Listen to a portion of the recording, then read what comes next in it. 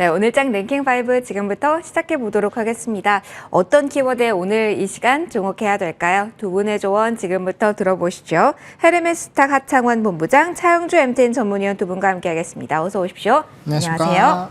자, 오늘도 순위별로 나열이 되어 있습니다. 5위부터 바로 열어보도록 할게요. 자, 오늘 이 시간 가장 강한 섹터 한다면 빠지지 않는 게 우주항공 방산입니다. 하나 에어로스페이스발 움직임도 강하게 나타나고 있고요. 어디서 요인을 찾아야 될까요? 에어쇼에서 찾아야 될까요? 순방 이슈에 찾아야 될까요? 아니면 실적 그 자체일까요? 이야기 하나씩 시작해 보도록 하겠습니다. 먼저 위원님께 첫 번째 질문 드릴게요. 오늘 항공, 우주, 방산 쪽 강합니다. 하나 에어로스페이스 대형주잖아요. 두 자릿대 시원하게 오름세 나타나고 있습니다. 오늘 배경 어디서 찾아봐야 되는 걸까요? 거기에 대한 이야기 듣고 싶어요. 아무래도 뭐 리포트바를 무시할 수 없겠죠. 오늘 한 증권사에서 목표 주가를 16만 원을 제시했습니다. 10만 원대 초반에서 16만 원대까지 약 한 50% 가까이 이제 증가를 시키면서 하나에어로스페이스가 시장의 중심이 돼 있다라는 것이 현재로서의 어떤 상황이 아니겠나 싶습니다.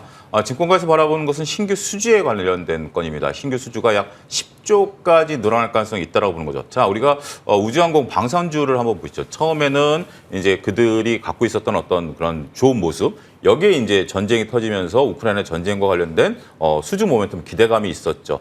그런데 최근에는 이 두 가지가 같이 섞여 있습니다. 보통 우리가 기대감이 있으면 좋은 주식 같은 경우 실적이 나타나지 않습니까? 이제 드디어 현대 로템 같은 경우 이제 폴란드 수출이 시작이 됐죠. 그러다 보니까 기대감이 이제 실적으로 반영이 되는 겁니다. 근데 보통 이제 여기서 끝나는데 지금 하나 에어로스페이스 같은 경우는 새로운 어떤 수주 기대감이 또 나타난 거죠. 지금은 현재로서는 우리가 한정된 자원을 가지고 이제 우주항공이라든지 뭐 이런 것들을 나타내고는 있습니다만 신규 수주에 관련된 것들이 이제 오늘 또 다시 부각이 됐습니다. 그러면 지금 기존의 첫 번째 단계 수주 기대감 그것이 이제 두 번째는 실적, 여기에 새로운 신규 수주 모멘텀, 이게 이제 발휘하다 보니까 주가가 새로운 퍼포먼스를 보였다라고 좀 말씀드릴 수가 있겠습니다. 하나그룹 자체에 대한 관심도 저는 지속적으로 말씀드려 왔습니다만 어쨌든 이러한 메커니즘으로 오늘 리포트가 이제 먹히면서 올라가고 있다. 이게 가장 중심이 아니겠나 이렇게 싶습니다. 알겠습니다. 그러면은 본부장님의 시선도 정리 받아보도록 하겠습니다. 우주항공 방산 쪽의 강세 어느 쪽이라고 보시나요? 결이 비슷하다라고 생각해야 되나요? 아니면은 조금 더 다른 포인트도 보신 쪽이 있는지 궁금합니다. 저도 뭐 비슷한 것 같습니다. 일단은 뭐 수주 잔고가 많이 쌓여 있었던 것들은 뭐 다들 알고 계셨던 상황이고요. 아무래도 추가적으로 이런 수주에 대한 기대감이 붙은 것들이 조금 더 커지지 않았나라고 보고 있습니다. 뭐 리포트를 보시게 되면은 뭐 하나 에어로스페이스는 뭐 이제 실적적인 부분이 워낙 좋을 것으로 예상이 되고 있는 상황이고, 특히나 영업이익률 같은 경우도 단기적으로 살짝 눌리더라도 이게 빠르게 회복이 될 것이다라는 내용도 있거든요. 그러니까 실적 베이스로 갈 수 있는데 이게 이제 지속적으로 추가적으로 붙을 수 있는 이슈도 있다라고 보시면 좋을 것 같고, 방산주들이 지금 최근에 좋은 이슈들이 많이 있었습니다. 뭐 항공과 관련된 쪽은 말씀 주신 이제 이 항공쇼, 우주쇼가 사실상 가장 큰 것 중에 하나다라고 보시면 좋을 것 같고, 뭐 또 로템 같은 경우는 이런 이제 K2 전차 관련된 이슈도 있지만 최근에 또 이제 인프라 투자 관련해서 뭐 금요일장이었죠, 아마 이런 이 기차 뭐 전철 관련된 종목군들도 엄청나게 시세 분출됐잖아요. 그런 것들과 또 연관이 되어 있는 종목이다 보니까 지금 이런 수주 잔고뿐만 아니라 가지고 있었던 이런 사업 중에서도 좀 긍정적인 모멘텀들이 터져 나오는 이슈들이 있다 보니 그런 것들이 또 추가적으로 해당 쪽에서의 좀 이슈를 만들어낸 것 같고요. 또 이제 순방을 하면 과거에는 조금 이제 수주가 또 추가적으로 터졌었던 전례들도 있기 때문에 수주가 이제 더 이상은 안 나오지 않을까라는 부분에서 혹시라는 부분으로 조금 더 확대가 돼서 그런 부분들도 뭐 복합적으로 투심을 개선한 것이 아닌가라고 보고 있는 상황입니다. 그럼 본부장님, 하나 에어로스페이스가 특히 더 강한 이유는 그 배경에는 일단 리포트가 1차적이라고 보면 되는지 한 걸음 더 들어가서 한화오션 영향도 살짝 있을지도 궁금하거든요. 아무래도 오늘은 리포트 영향이 가장 크지 않았나라고 보고 있고요. 아마 내용을 읽어보시면 실적적인 부분에 대한 내용이 많이 있습니다. 사실 리포트들 중에서는 현대 이제 종목군들 중에서는 뭐 현대로템이 아마 방산업체 중에서는 가장 뭐 영업이익이 좋게 나올 것이다라는 얘기들은 있지만 에어로스페이스 같은 경우는 영업이익률이 정말 어마어마하게 잘 나오는 부분으로 좀 설명이 되어 있거든요. 그러니까 그런 부분들이 아무래도 지금 이렇게 고점 부분에서 추가적으로 사실 상승력을 끌어올릴 수 있는 거는 아무래도 실적일 가능성이 가장 높기 때문에 뭐 그 부분이 저는 가장 크게 유효하지 않았나라고 저도 생각을 하고 있습니다. 그럼 본부장님 짧게만요. 그러면 매수 가능 영역에 우주항공 방산 쪽이 있다라고 봐도 될까요? 실적이 기반이라면요.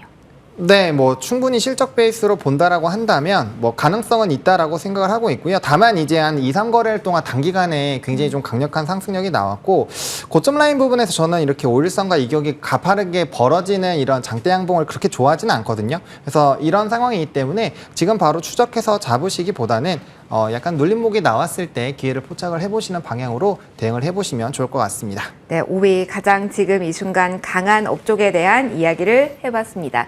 다음 키워드로 바로 넘어가 보도록 하겠습니다. 건설주에 대한 이야기를 해볼까 하는데요. 오늘은 이걸 포인트로 좀 잡아봤습니다. 일정도 있습니다. 21일부터 런던에서 제2차 우크라이나 재건 회의가 열린다. 그리고 플러스 하나 더 본다면 오늘은 대형주도 강하다라는 점, 여기에 주목해야 되는지 이야기를 좀 해볼까 합니다. 위원님, 오늘 건설주로 묶어봤습니다. 재건 관련주가 아니라 이 대형주도 가고 있는 이 성격을 어떻게 봐야 될지 궁금해서 이걸 순환매의 일원입니까? 아니면 투자 심리가 이쪽으로도 개선되고 있다라고도 볼 수가 있을까요? 아직까지는 뭐 뚜렷한 움직임이라기보다는 저는 이제 업종별 키 맞추기 차원의 어떤 접근 이것도 충분히 해석이 가능하지 않을까 싶습니다. 우크라이나 재건 관련해서는 정말 저는 좀 간곡히 말씀드리는 게 우리가 네옴시티와 관련해 가지고 실적이 있음에도 불구하고 지금 관련주들이 어떤가요? 네옴시티에 대한 수많은 얘기들이 있었음에도 불구하고 주가가 전혀 퍼포먼스를 못 보이고 있죠. 우크라이나 재건에 대해서는 아직까지 실체 자체가 잡혀 있지 않습니다. 어떤 방향성이라든지 아니면 우크라이나 전쟁 일단 끝나고 나서 누가 돈을 대느냐, 어느 국가들이 참여하느냐 이런 것들이 돼야 되기 때문에 제가 이제 말씀드리고자 하는 요지는 그런 것들이 이제 트레이딩 관점으로 접근하시는 거는 이제 상관이 없습니다만 이것을 내가 이제 뉴스를 통해서 이걸 내가 전쟁이 끝날 때까지 보유해야 되겠다라고 보신다라면 그거는 좀 결이 다르다. 결국 이것은 짧게 끊어쳐야 된다라는 개념이죠.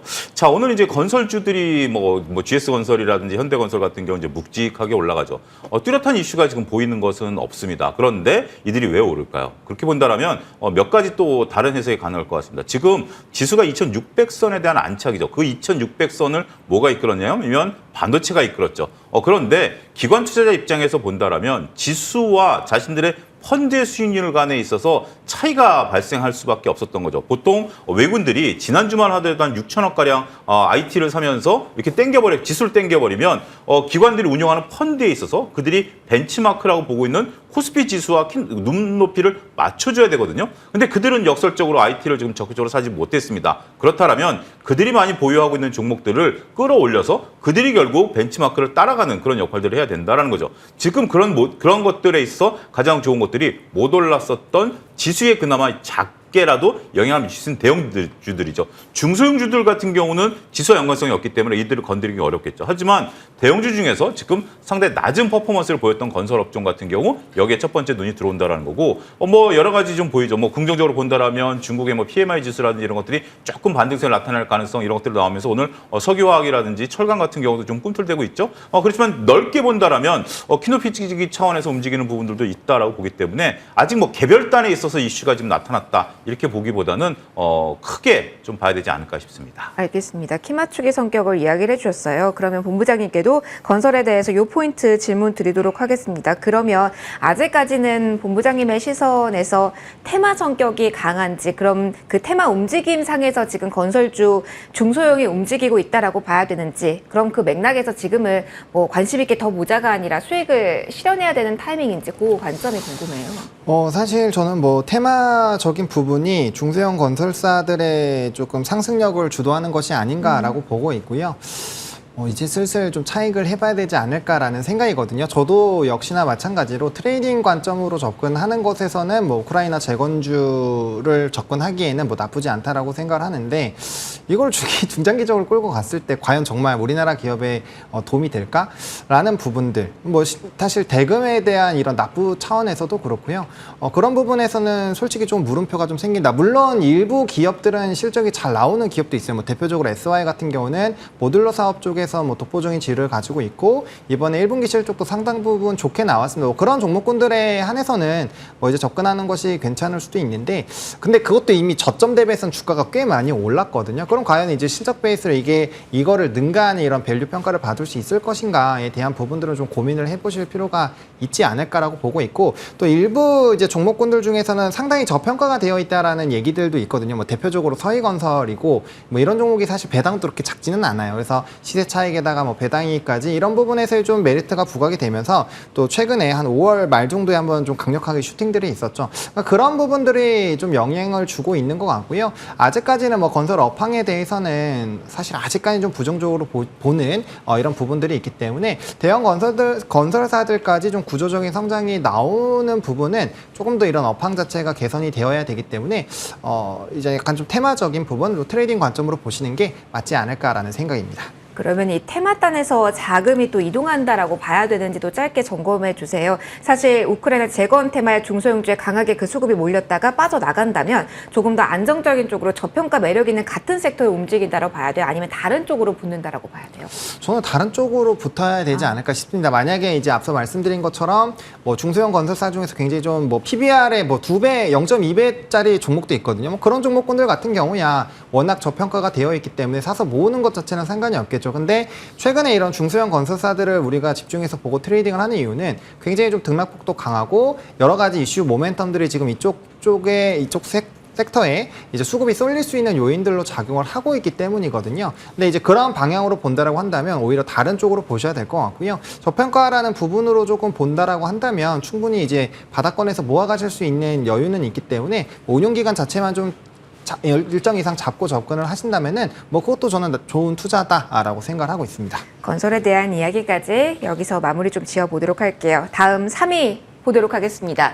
3위는 오늘 두 종목이 가장 궁금하실 것 같아요. 에코프로의 강함, 그리고 LG화학에서 연결고리 있는 LG에너지솔루션의 약함. 이 가운데 어떻게 시세를 봐야 되는지 궁금하실 것 같아서 본부장님께 이어서 좀 가도록 하겠습니다. 2차 전지 오늘 어떻다라고 봐야 돼요? 물론 재료는 다릅니다만 항상 셀업체 어떤가, 에코프로 그룹주 어떤가 이걸 보고 2차 전지의 심리적으로 오늘 위치를 판단하시는 분이 많을 것 같아서요. 어떤 쪽으로 저희 봐야 될까요?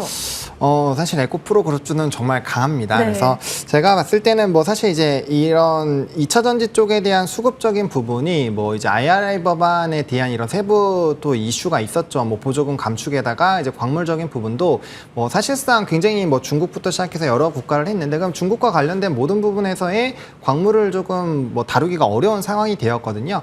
그런 부분에 대해서 부담감은 있는 상황인데 일단 단연 뭐 2차 전지를 본다라고 한다면 에코프로 그룹주들을 좀 중심으로 보는 것은 맞다라고 생각을 합니다. 워낙 실적적인 부분에서도 좋은 기조가 나타났고 사실상 2차 전지 섹터를 주도하고 있고 끌어가고 있는 섹터들의 종목군들이기 때문에 뭐 보신다면은 당연히 양극재 쪽에서의 좀 접근을 해보실 필요는 있을 것 같다라는 생각이고요. 일단 전고점을 돌파하는 것이 가장 중요한 위치상의 조금 위기이지 않을까 싶습니다. 만약에 이 부분을 좀 뚫어낸다라고 한다면 또 강력한 쇼크가 들어오면서 사실상 뭐 100만 원 이상도 가능할 수 있는 길이 열린다라고 저는 생각을 하고 있거든요. 그래서 이전에 6월 7일이었죠. 이때 이제 거래량 동반해서 급등이 나올 때 좀 다른 의미로 봐야 되지 않을까라는 부분으로 좀 언급을 드리긴 했었는데 이번에 이제 만약에 전고점까지 돌파를 한다라면은 뭐 크게 보실 수 있지 않을까라고 생각을 하고 있고요. 말씀 주신 것처럼 이제 LG 에너지 솔루션은 오늘 장 초반부터 좀 하락 시작을 했었고 좀 지금도 낙폭이 커지고 있습니다. 아무래도 이제 지분 매각 관련된 부분들이 조금 영향을 주고 있다라고 보고 있고요. 일단은 매각된 이유는 이제 첨단 설비에 대한 이런 투입 자금을 마련하기 위함인데 어쨌든 간에 뭐 시가총액이 한 1에서 2% 정도 수준이기는 합니다만 이게 일부 매체에서 나왔죠. 일부 매체에서 나왔던 부분이고 어쨌든 이 지분에 대한 매각을 한다라는 것 자체가 투심적으로는 좀 부정적인 영향을 줄 수 있기 때문에 그런 부분에서 오늘 좀 낙폭이 확대가 되는 것이 아닌가라고 보고 있는 상황입니다. 알겠습니다. 특히 좀 떨어지는 쪽에 관심이 많으실 것 같아서요. 위원님께 LG 에너지 솔루션에 대한 질문을 추가로 좀 드려볼게요. 2차 전지 내에서는 항상 많은 분들이 이 생각하실 것 같아요. 조정 시 매수는 언제나 답이 될 것인가에 대한 고민을 언제나 하실 것 같은데 위원님의 시선으로 좀 정리해서 듣고 싶습니다. LG 에너지 솔루션의 조정도 좀 기회라고 볼 수 있을지 그리고 사실 어찌 보면 소수 지분이라고 하는데 왜 이렇게 시장의 흔들림이 강한 건지도 한 번 더 리뷰 부탁드릴게요. 일단은 우리가 이제 그 조정 시 매수는 시간이 갈수록 우리한테는 반대로 작용합니다. 그러니까 이제 처음에 세게 붙었을 때 조정시 매수가 익히는 거죠. 하지만 이 조정이 잦아지다 본다라면 그 변동성이 커지기 때문에 조정시 매수가 내가 이제 그 전에 통했기 때문에 학습 효과에 따라서 앞으로도 통할 것이야라고 본다라면 조정시 매수는 초반에는 먹힙니다만 시간이 지날수록 그 확률은 지극히 떨어진다라는 점을 명시 이제 생각을 하셔야 된다라고 말씀을 드릴 수가 있겠습니다. 그리고 기술적으로 보면 오늘 한 5% 정도 음봉이에요. 근데 그 음봉이 굉장히 강한 음봉입니다. 지금 여러분들 차트를 보시게 되면 제 얼굴에 보이는 차트가 완전히 뚝 떨어지는 음봉이죠. 밑꼬리를 전혀 못 따라주고 있습니다. 이것은 뭐죠?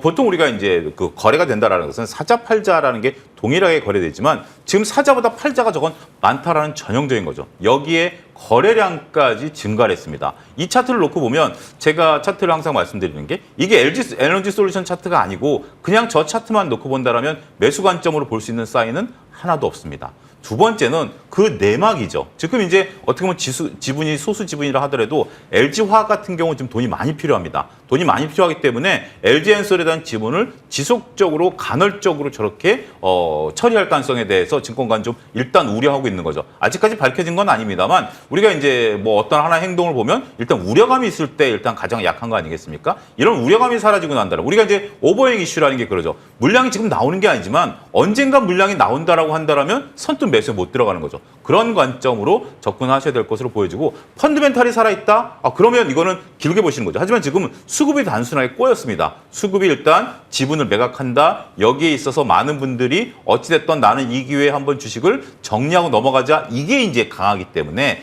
펀드멘탈과 수급은 항상 다르게 움직일 수도 있다는 것을 이해하시고 여러분들이 펀드멘탈에 집중할 거냐 수급에 집중할 것이냐 수급에 집중해서 난 저가 매수에 들어갈 것이냐 그렇지만 여기서 저가 매수 기회는 아직은 아닐 수 있다. 이 점 말씀드리도록 하겠습니다. 만약에 미국 쪽에서 인플레이션 감축법 관련해서 잡음이 있잖아요. 그 잡음이 가속화될 경우 조금 더 영향을 받는다면 좀 생각을 다르게 해도 될까요? 이 부분은 조금 이제 생각하기 나름입니다. 지금 이제 우리가 인플레 감축법에 따라서 보조금을 받잖아요. 그러면 예를 들면 내가 100을 벌 거를 보조금을 받아서 120, 130을 벌 수 있다는 개념이죠. 하지만 2차 전지 그와 결이 조금 다르죠. 왜냐하면 시장 자체가 커지기 때문에 내가 보조금 받아서 120 받던 거를 막말로 보조금이 다 사라져서 100만 받더라도 지금은 이제 가야 됩니다. 그리고 가고 있는 상황이고 그리고 이제 이 전기차 침투율은 늘어날 것으로 보고 보조금이란 건 언젠간 없어질 수밖에 없어요. 지금 이제 뭐 단적인 예로 태양광 같은 경우 유럽은 보조금 없애지 않았습니까? 보조금이라는 것의 성격은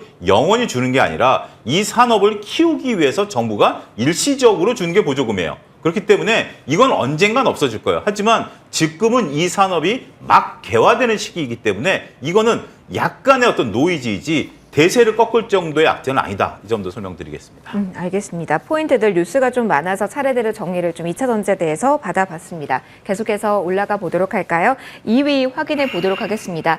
오늘 오전부터 많이 들으셨을 겁니다. 라면값 인하 권고. 이 이슈에 따라서 라면주들이 흔들리고 있고 그런데 또 한편으로는 미국의 겨울밀 수확이 극심한 가뭄으로 인해서 급감할 것이다. 이런 이슈가 나와서 궁금하실 것 같아요. 어떤 판단을 해야 될지 본부장님께 첫 번째로 질문을 드릴게요. 사실 밀가격 하락했기 때문에 라고 이야기가 나왔고 그게 하나. 그런데 급감한다라고 하니까 다시 곡물을 봐야 되나? 이게 중심이 잘 안 잡히거든요. 이쪽의 포인트는 지금 뉴스가 여러 군데로 나오고 있어서 정리를 먼저 하고 갈게요. 네, 일단 제 개인적인 생각으로는 밀 쪽에 대한 지금 캔자스주 부분에서의 지금 문제가 생겨 나가고 있는 상황이고 지금 미국 쪽에서 이런 뭐 기상청이라든지 해당 부분에서는 이미 이제 엘니뇨 우려 경고에 대한 지금 공표를 한 상황이에요. 그러니까 사실상 그쪽이 지금 엘니뇨 현상에 대해서 영향을 받게 되면 급심한 가뭄이 발생을 할 수밖에 없고 그래서 아마 주말에 좀 관심이 있으셨던 분들은 60년 내 가장 최악의 이런 밀 수확이 예상이 된다 이런 부분을 좀 보셨을 겁니다. 그래서 충분히 관련된 부분이 좀 이슈가 되고 있는 상황이고 오늘은 워낙 재건주가 강력하게 상승이 나오다 보니까 그 반대쪽에 서 있는 이런 곡물 섹터가 조금은 부각을 못 받고 있지만 최근에 곡물 가격에 대한 이런 선물 가격을 보시면 10% 정도 급등이 나왔거든요. 단기간에 10% 급등이 나왔고 이거를 우리나라 주식 시장으로 치면 거의 상한가와 동일한 급의 상승이라고 보시면 됩니다. 거기에다가 뭐 밀만 올라간 게 아니라 옥수수, 뭐 대두박부터 시작해서 대부분이 다 상승력이 나왔습니다. 그리고 이런 기후 변화 같은 경우가 사실 이제 3년 동안 라니냐 효과가 영향을 많이 미쳤고 올해부터 24년 겨울까지는 적어도 엘니뇨 현상이 계속적으로 영향을 줄 것으로 되고 있거든요. 뭐 멕시코라든지 일부 지역에서는 상당 부분 가뭄이 좀 야기가 될 것으로 예상이 되고 있고 물론 또 이제 중장기로 보면은 이 엘니뇨 현상으로 인해서 뭐 밀작황이나 이런 부분은 장기적으로 봤을 땐 좋아질 거라는 얘기는 있지만 일단 단기간으로 밀 선물 가격이 굉장히 상승력이 나오고 있고 지금 시장에서는 그렇게까지 크게 주목은 안 하고 있지만 시애틀 항구도 지금 파업 이슈로 사실상 좀 재정상을 못하고 있는데 거기에서 제일 많이 다루는 게 또 곡물 쪽입니다. 30~40%가 곡물이거든요. 거기다가 지금 이제 뭐 이따가도 좀 소개를 드리겠지만 아프리카 사절단에서도 이슈가 있었지만 크렘린 대변인이 뭐 사실상 흑해 곡물 연장은 좀 어려울 것이다 라는 식으로 또 멘트도 나왔습니다. 그러니까 전반적으로 지금 사료 곡물 쪽에 대한 이슈가 될 수 있는 게 굉장히 많고 조금 움직이지 않았던 선물 가격까지 움직이고 있기 때문에 이거는 조금 더 집중해서 보실 필요가 있을 것 같고요. 관련된 기조로 움직임이 되면은 사실상 밀 가격이 다시 상승할 확률이 굉장히 높기 때문에 이 상황에서 라면 가격을 인하를 하기에는 사실상 쉽지 않다라고 생각을 하고 있습니다. 그래서 오히려 농심 같은 경우는 내일까지 좀 장중 흐름을 살펴보시면서 매수의 관점으로 좀 대응하시는 게 맞지 않을까 생각하고 있습니다. 그럼 여기서 AS 본부장님 저희 하고 넘어갈까 합니다. 신소홀딩스를 지난달 초에 주셨고요. 네. 세 자릿대 수익률을 최고가 기준으로 기록한 히어로 종목 중에 하나입니다. 그럼 그게 궁금해요. 앞서 모멘텀이 많이 남았다라고 이야기를 해주셨기 때문에 네네. 이 종목을 여전히 보유하고 계신 분들은 세 자릿대 수익률입니다만 조금 더 끌고 가서 수익 극대화를 노려야 되는 자리인지 아니면 변동성이 커지는 구간이 나올 수도 있으니 일단 끊어가는 것을 추천하실지요. 제가 이거 이제 6월 14일에 어떻게 말씀을 드렸냐면은 상한가에 진입을 했을 때 다시 리뷰를 했었거든요. 그래서 다음 거래일에는 조금 수익 실현을 해 주셨으면 좋겠다라고 말씀을 드렸습니다. 왜냐면 이게 이제 소금 관련돼서 이슈가 되면서 좀 급등력이 나왔기 때문에 물론 이 회사의 자회사는 곡물 트레이딩을 하는 업체도 있고요. 또 소금을 다루는 업체도 있습니다. 근데 이제 소금 부분이 좀 부각이 돼서 단기적인 급등력이 나왔기 때문에 물론 이제 곡물 가격이 상승하면 거기에 따른 좀 반등은 나오겠지만 일단 그 부분이 가장 좀 매력적인 매도 라인이라고 생각해서 그때 매도하시라고 말씀을 드렸고요. 지금 현재 상황에서는 약간의 조금 더 하락폭이 나올 가능성이 있다라고 생각을 하고 있습니다. 그래서 뭐 아직 보유하고 계신 분들은 분할로 조금 정리를 해주셨으면 좋을 것 같고요. 만약에 다시 눌리목 매수를 한다라고 한다면 저는 11,000원대에 일단 지지 나오는지 확인을 하고 그 다음에 다시 한번 재접근 기회를 잡아보시는 게 좋지 않을까라는 생각입니다. 알겠습니다. 추가적인 사이까지 오늘 주셨습니다. 그럼 위원님께는 요 포커스로 추가로 음식료 안에서 질문 가보도록 할게요. 라면이요. 사실 위원님 수출 모멘텀에 주목을 하시면서 관심 있어요 하셨던 종목군인데요. 오늘 소나기는 어떻게 해야 될지 궁금하실 것 같습니다. 하락폭이 더 커지진 않고 있습니다만 여전히 불안하실 것 같아요. 보유자분들 입장에서는 이야기 들려주세요. 일단 라면주들이 그동안 이제 우리가 여러 가지 이제 트리거들을 이제 보면 매출과 이제 비용과의 관계가 이제 극명하게 드러나는 대표적인 주식이다라고 말씀드릴 수가 있겠죠. 보통 이제 비용이 요 정도 비용이 요 정도 있으면 매출은 한 요 정도 있으면 그 사이가 영업이익이 되는 거죠. 이런 상태에서 이제 밀가라든지 원자재 가격이 쭉 올라오면 거의 이제 이익이 안 나는 거죠. 작년 같은 경우 일단은 뭐 대표적으로 몇몇 업체들 같은 경우 이익이 안 난다 뭐 이러면서 특히 오리온 같은 경우 이제 그런 얘기가 나온 뒤에 이 가격을 올렸죠. 가격 올리면서 이익이 나오면서 이게 변동이 되면 그동안 이익이 나는 겁니다. 그럼 몇 년 있다가 또 원자재 가격이 올라가면 또 가격이 올라가고 이런 식의 이제 전형적인 패턴을 보였던 우리가 이제 것이라고 말씀을 드릴 수가 있겠죠. 물론 이제 우리나라 업체들이 국내 매출과 이제 해외 매출을 보면 해외 매출 비중이 높아지고 있고 특히 오리온 같은 경우 우리가 이제 9년 만에 초코파이 가격을 올렸습니다만 중국에서는 벌써 4차례나 가격을 올렸거든요. 그러니까 이제 다른 가격 전략도 충분히 가능하기 때문에 회피할 가능성은 있다라는 거죠. 하지만 일단 지금 이제 오늘 주가가 그렇게 크게 안 빠지는 이유는 바로 거기 있다라고 보여집니다. 지금까지 설명드렸던 것들이 반영이 된 거죠. 하지만 이것이 이제 반등으로 올라갈 수 있느냐? 그거는 또 다른 문제다라고 봅니다. 지금 새 정부가 출범한 지 이제 1년 지났고요. 4년 남았습니다. 지금 정부에서 제가 볼 때는 국내 가격을 올리는 것은 거의 불가능에 가깝다라고 보는 거죠. 특히 이런 것들을 보통 이제 어떤 정부에서 어느 분이 발언하느냐에 따른 무게감이 있는 거죠. 경제부총리가 발언하셨습니다. 거의 대통령급이죠. 대통령께서 발언하신 문제가 아니고 이것을 발언할 수 있는 우리나라 최고의 결정권자가 발언을 했다라는 거예요.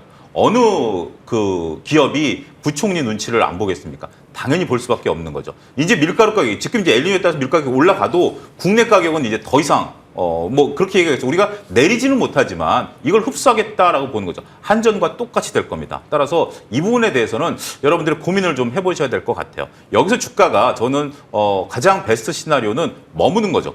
왜냐하면 해외 매출이 있기 때문에 이 부분에 따라서 매출과 영업이익이 나타날 거기 때문에 주가가 급락하지는 않아요. 하지만 이게 지금 이제 이익이 나면서 만약에 이제 엘니뇨가 이제 가시면서 올가을에 뭐 만약 전쟁도 끝나고 이제 우크라이나 작황도 지나면서 밀가격이 폭락을 한다 하더라도 이 주가는 올라가기 쉽지 않을 수도 있습니다. 물론 밀가루 하나만 가지고 이것이 원재료가 이루어지는 부분들은 아니지만 일단 어떠한 제품이든지 가격을 올릴 때 정부 눈치를 볼 수밖에 없다는 거죠. 지금은 라면을 언급했지만 라면만 해당될까요?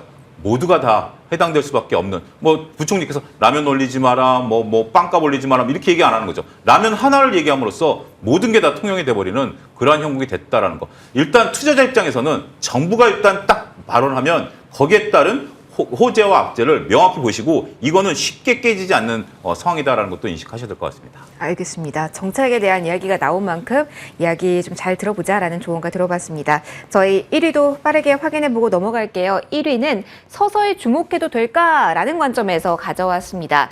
영국 정부가 아마존 아이로봇 인수를 승인했다라는 이슈도 있고요. 두산발 모멘텀도 있지요. 위원님, 짧게 리뷰 부탁드릴게요. 서서히 주목해도 되는 시기가 온 건지 궁금해요. 두산 쪽의 상장 관련 디테일이 이번 달 나온다는 이야기도 있고 서서히 다시 주목도를 높여도 되는 타이밍 왔을까요? 아니면 아직 아닐까요? 오늘 레인보우 로보틱스가 딱 결정적으로 보여준다라고 보여지죠. 레인보우 로보틱스 같은 경우는 이제 삼성발 모멘텀이 가장 강력하죠. 그리고 이제 두산 로보틱스 같은 경우는 이제 매출이 실질적으로 일어나는 그런 기업이죠. 그렇지만 이미 다 알려진 사실이고요. 아무리 이런 것들이 한다 하더라도 그래도 시장에서 바로미터는 레인보우 로보틱스가 좀 움직여줘야 되는데 그게 움직이지 않는다라고 본다라면 이제 로봇은 기대감에서 실적으로 넘어오는 가운데 있어서 단락이 발생됐다 이렇게 보시는 것이 가장 정확하지 않을까 싶습니다. 알겠습니다. 추가적으로 모멘텀이 강하게 나오면서 뭔가 변화의 조짐이 있을 때 저희가 다시 한번 이야기를 꺼내 들고 오도록 하겠습니다. 저희 앞서 코너에서 못한 AS와 원픽 쭉 들어보도록 하겠습니다. 자, 먼저 저희 AS 종목이 위원님께 있어서 먼저 질문 갖다 가도록 할게요. 위원님, 이 종목 AS 좀 받아보도록 하겠습니다. 궁금하셨을 것 같아요. 한화오션. 저희 방사하면서도 살짝 언급을 좀 드리기도 했었는데 한화오션 최고가 기준 2자릿대 수익률입니다. 조선에 대해서도 관심 많으실 것 같아서요. 이 종목에 대한 AS 좀 들고 가도록 할게요. 제가 한화오션 같은 경우 대우조선 해양 때 한번 추천을 드렸고 지난주 수요일 날 이제 한화오션 바뀌면서 이 자리에서 추천을 좀 드렸습니다. 그리고 이제 급등이 나왔는데 저는 당분간 좀 이어질 가능성이 있다라고 보는 거죠. 지금 이제 조선업종 중에서 유일하게 흑자 전환이 안 된 건데 흑자가 좀 세게 나올 가능성 이거 제 내피셜입니다. 왜냐하면 하나로 이름이 바뀌었잖아요. 하나로 이름이 바뀐 상태에서 뭔가 퍼포먼스가 나올 것으로 보여지고 있고 저는 이제 이 재벌 기업들의 어떤 상황들 굉장히 흥미롭게 좀 보고 있는데 최근에는 한화가 이제 굉장히 다양한 퍼포먼스를 좀 보여주고 있죠. 그러한 일환으로 본다라면 더군다나 이제 오늘 같은 경우 이제 지수가 좀 밀리면서 윗꼬리를 살짝 달지만 그 정도의 어떤 조정이지 어제 그제 그렇게 강하고 이 정도 조정이면 굉장히 강한 겁니다. 그래서 한화오션은 조금 계속해서 홀딩 관점으로 말씀드리도록 하겠습니다. 알겠습니다. 자, 이제 본부장님의 이야기 들어보도록 할게요. 저희 AS는 앞서 코너에서 리뷰를 좀 해봤고요. 그렇다고 원픽만 질문을 드려보도록 할게요. 신송홀딩스가 3자릿대 수익률이었습니다. 제2의 실송홀딩스 같은 종목 어떤 게 있을까요? 이야기해 주시죠. 네, 이전에 사조동화원도 좀 언급을 드렸는데 맞아요, 네. 오늘은 이제 고려산업을 조금 들고 왔습니다. 해당 종목 같은 경우도 이제 바닥권에서 크게 상승력이 나오지 못했고 제가 신송홀딩스 처음에 소개해 드릴 때 바닥권에서 한 10에서 15% 올랐다. 선발대들이 한 7, 80% 올랐기 때문에 좀 기대가 된다라고 말씀을 드렸는데 비슷한 관점이라고 보고 있는 상황이고요. 사실상 이제 앞서서 좀 언급드리다 만 게 이제 아프리카 평화사절단에서의 그 얘기와 그다음 우크라댐 지금 뭐 흑해 쪽 그다음에 여러 가지 요인들이 정말로 좀 관련된 수급적인 부분들 그리고 지금 무더위가 엄청 강하지 않겠습니까? 그럼 이것 또한 영향을 줄 수 있는 상황이거든요. 그래서 그런 부분들이 테마로 형성되기에는 너무나도 좀 강력하고요. 그다음에 이제 건설주들 지금 이제 우크라이나 재건주 쪽이 또 좀 강력하게 움직였기 때문에 그쪽이 만약에 좀 차익이 나오게 되면 반대 섹터인 이쪽이 또 강력해질 겁니다. 그래서 그런 부분에서 수급적인 쏠림도 충분히 나올 수 있고 뭐 가축용 배합 사료라든지 이런 부분을 생산 판매하고요. 또 기타 유통 라인을 위해서 이제 기타 식육 사업도 좀 영위를 하고 있다라고 보시면 좋을 것 같습니다. 그리고 이제 뭐 북미, 남미 등에서 옥수수 대두박을 수입하고 또 이제 배합사료 공장을 가지고 있기 때문에 충분히 이슈가 된다면 부각이 되지 않을까라는 생각입니다. 그러면은 목표가, 손절가, 제시 같이 받아볼게요. 네, 목표가 같은 경우는 일단 1차적으로 5,250원을 보고 있는데요. 2차로 6,000원까지 열어놓고 대응을 해보시면 좋을 것 같고요. 손절 라인은 3,900원, 매수는 4,400원부터 4,550원인데 뭐 종가 베팅 하셔도 전 충분히 괜찮지 않을까 정리드리겠습니다. 알겠습니다. 여기서 저희 오늘 시간 마무리 짓도록 하겠습니다. 랭킹5 지금까지 헤르메스탁 하창원 본부장, 차영주 MTN 전문위원 두 분과 함께 꾸려봤습니다. 고맙습니다. 감사합니다. 고맙습니다.